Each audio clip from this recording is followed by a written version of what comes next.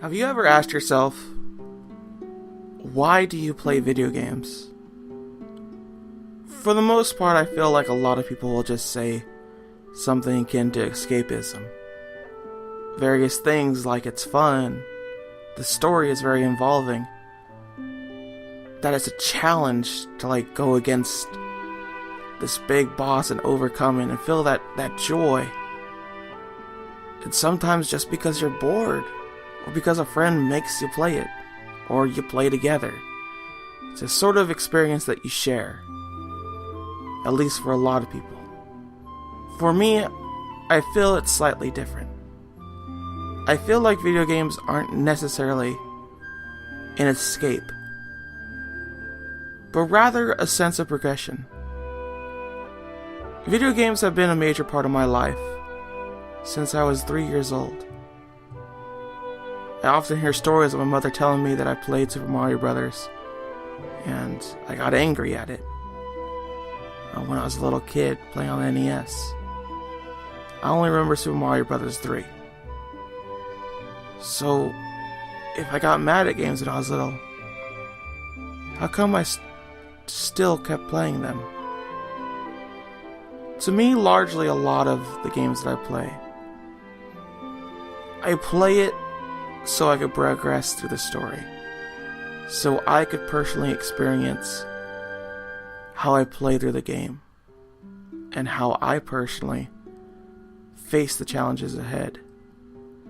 It's a mixed bag of all those reasons, but with a heavier focus on the progression itself, that you could go and end the game, that you could experience as many worlds as possible, that you yourself have that ability to change certain outcomes.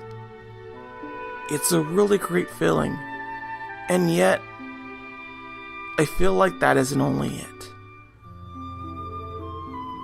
There are multiple reasons why any person could play a video game, and suggesting that there's only one reason is not only a bit ham-fisted but foolish. People play video games for a lot of reasons, and for some, it's a better connection when you play with somebody else. My father was a large part of why I played video games. When I was younger, he wasn't physically fit to actually play catch with me or do any kind of sports or any kind of thing like that. We did, however, play Street Fighter II, and later on down the road, NFL Street. But then something happened. My father died, roughly after my 19th birthday. And then about a year later, after I went to college and came back, essentially unable to go because of financial reasons, I sank into a deep depression. I didn't play any games at the time, and I only went on the internet, went on forum posts and whatnot. At the time, I didn't know that I was in depression, but looking back on it, it was one of the worst times of my entire life. I wasn't neat. I had no education, no training, and no employment at the time. It was literally the worst I've ever felt in my entire life. And what makes the whole thing worse is that I didn't have a father at the time. And looking back on it, I stopped playing video games because he wasn't there. Because that connection was no longer there. What was once an escape was no longer there. It was a reminder, and I slowly faded away from it. Until finally, after a friend helped me out, I decided to get back into games and start collecting them. And then when I started playing the few games that I kept playing over and over again, and I looked at all the games that I have accumulated, and I have accumulated a lot of games, I started feeling sad again. Not terribly sad. Just more so, I felt like I was wasting my time. There are a lot of games out there that I would like to play, and there's still more and more games every day. And I feel a lot of the biggest reasons of why I want to play video games is because my life is so short. And I can experience as many worlds as possible despite that. Video games have an interesting power. They can show you a world, they can show you a challenge, and they can let you live out your dreams.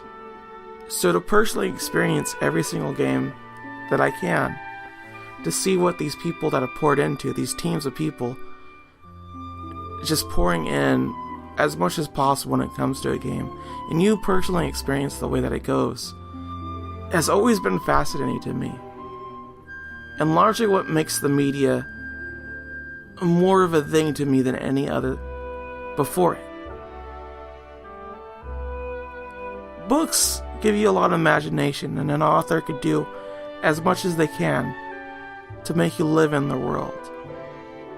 For video games, it's up to you to personally get into that world and experience and make the choices and progress further on through it. You are constantly an active person in that story. You're an active member.